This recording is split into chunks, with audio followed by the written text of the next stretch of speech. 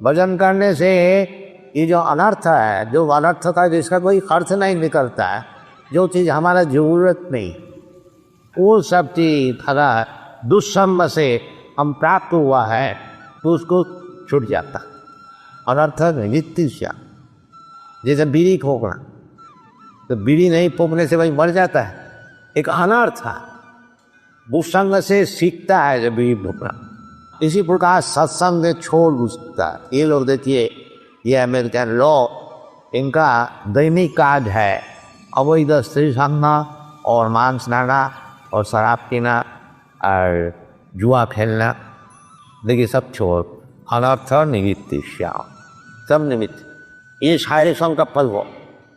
साधु सद्या तथो साधु सकना तथा भजन क्रिया अथो अमर्थ निमित्त तो निष्ठा, फिर विश्वास और दृढ़ हो जाते भगवत भक्ति।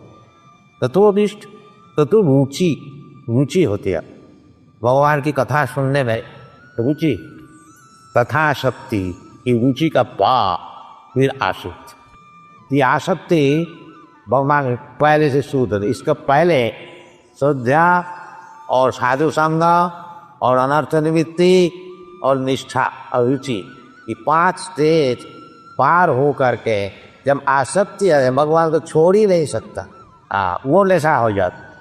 ये सब नशा, बीड़ी का नशा, सिगरेट का नशा और शराब का नशा, भय का नशा, ये सब छोड़ करके ये नशा जब पैदा हो जाती है या भगवान बन छोड़ ले, उसका नाम है खास।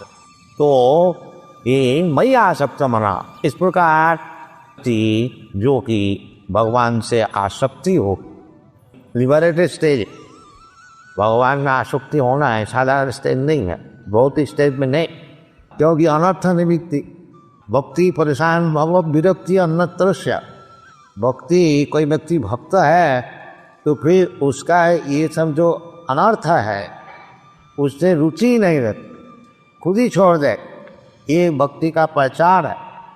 और भक्त भी है, बीड़ी भी पीते हैं, वो भी ठीक है, कभी कभी होता है, बाकी खुशी से ये सब अनर्थ को लेना नहीं चाहिए। अभ्यास से एक आदमी छोड़ दिया था, भी पूर्व अभ्यास से कभी दुष्ट हो जाता है, उसको भी भगवान कहेंगे अभी तो सुबुरा था, कोई बात, उसको भजन ठीक है कि भजते माँ कहीं रखा, वो बात ठीक है। यदि वो बात ठीक है तो साधु ले वो साधु, उनका जो भक्ति का जो व्याक्रम है उसको छोड़ता नहीं, कभी कदम भैंस से, कभी बीड़ी पी, तो उनके लिए माफ होते। बाकी तो जानबूझ करके ये सब वैसन करते हैं, उसके लिए मुश्किल अटॉनमेंट देता।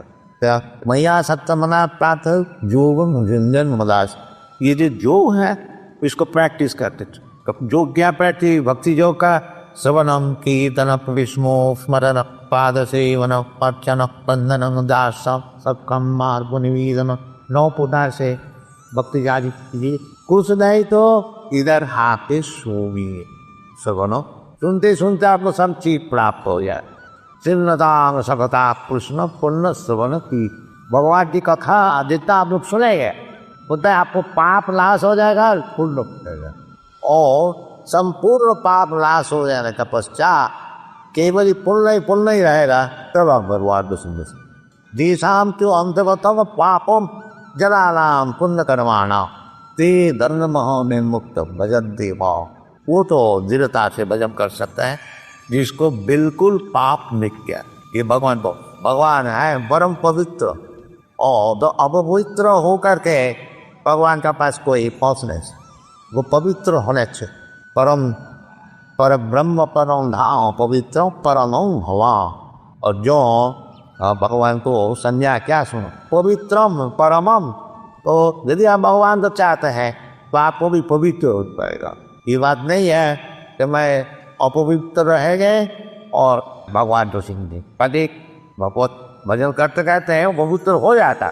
सिमरताम सगता कृष्ण पुण्य सपना, इसलिए उचित है जो भगवत मंदिर में आइए और भगवान को दर्शन कीजिए और भगवान की कथा सुनिए, श्रवण और केवल श्रवण नहीं, श्रवण करती कीर्तन की, जितना सुने हैं वो दूसरे को सुनाए, उसका नाम है कीर्तन। श्रवणम कीर्तन विष्णु, किसका विषय? विष्णु, और किसी का विषय नहीं। श्रवणम कीर्तनम विष्णु, स्मरणम पाद सेवनम, ये समझी है। तो जो लोग वृंदावन आए हैं उनकी उचित है कि ये सब भगवत विषय सुने और फिर आस्ते आस्ते केवल पुण्यवान ही रहे। जो जिसको पुण्य नहीं होता है वो भगवान को समझ नहीं सकते हैं, इसलिए आपको सुनना चाहिए।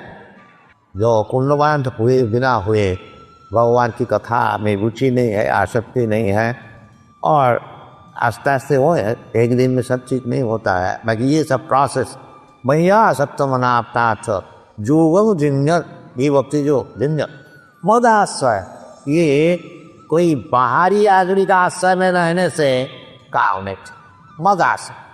ये तो डायरेक्ट ही भगवान का आश्रय ग्रहण कीजिए। नहीं तो जो व्यक्ति संपूर्ण रूप से भगवान का चरण में आश्रय लिया है उनका आश्रय, तो फिर भगवान को समझ में आएगा समग्रम और असंशय, कोई संदेह नहीं, और संपूर्णता से ऊंची भगवान बता रहे हैं। हरे